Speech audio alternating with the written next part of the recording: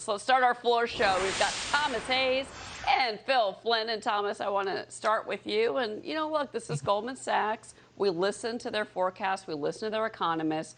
Do you buy that they basically said in this, they're like, look, the third quarter, it's not going to be what you think. It's going to be September, which is the end of the third quarter, when the economy is going to show meaningful recovery. Yet markets aren't really, reacting negatively to that forecast today.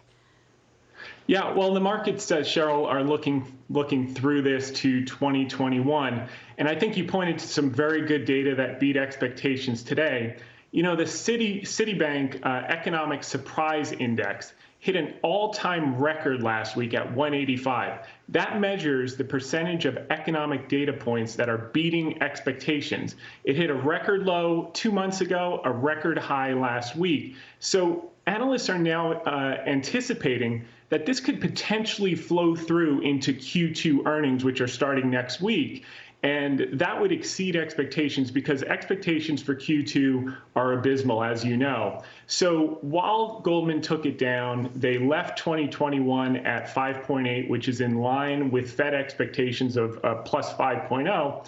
And if you look at all the things that are in place to support that, number one, cases actually are finally coming off the boil. It was a little worrisome around the beginning of July, 7.1, 7.2, but new cases have come down from 56,000 to 41,000 in all the hotspot states in the last 3 days: Arizona, California, Texas, Florida, Georgia. They're all starting to come off the boil. You had the mask rule go into effect in Texas. So I think it's kind of like the Northeast. We didn't take it seriously in the beginning. The cases spiked. Now we're all following the rules and our cases are plummeting. And that's reflected in the deaths. And yesterday was the death just rates 226. are lower. Yeah, I mean, the death rates are lower. But one of the things that we've seen, which has been different than what New York went through, is that these are younger individuals that are getting sick, especially in Florida and Arizona. And we're now finally realizing we need to protect our older generation. Phil Flynn, I want to bring you in. Correct. Another story in the markets today is kind of this move into Chinese stocks, which I found interesting considering that we still are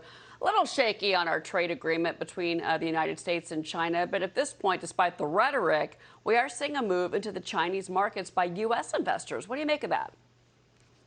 I think that they don't want to fight the Chinese bank. And there was a report yesterday that China's telling everybody, hey, we're going to do more stimulus. We're going to be buying our own stocks. So why not front run them, right? If they tell you going to do that, either the people are moving into that market. And really, Cheryl, it set a positive tone for our markets as well. It's a reminder that global banks around the globe are going to do whatever it takes to keep the economy going. And then that circles back to the United States, that fantastic number this morning, a non-manufacturing number. Listen, the surprise index he was talking about, right? We're surprising to the upside. And that seems to overshadow some of the negativity about this. And I think it also shows the resilience of the U.S. economy going into this crisis, and it makes you wonder where we would have been if we didn't have to go through this coronavirus. Yeah. But I think it's a very positive sign, and things are looking good. Yeah, and it looks like a good and beautiful day behind you in Chicago there, Phil Flynn. Phil Flynn, Thomas Hayes. Summer is upon us. Thanks so much, Cheryl. Yeah, gentlemen, thank you very much.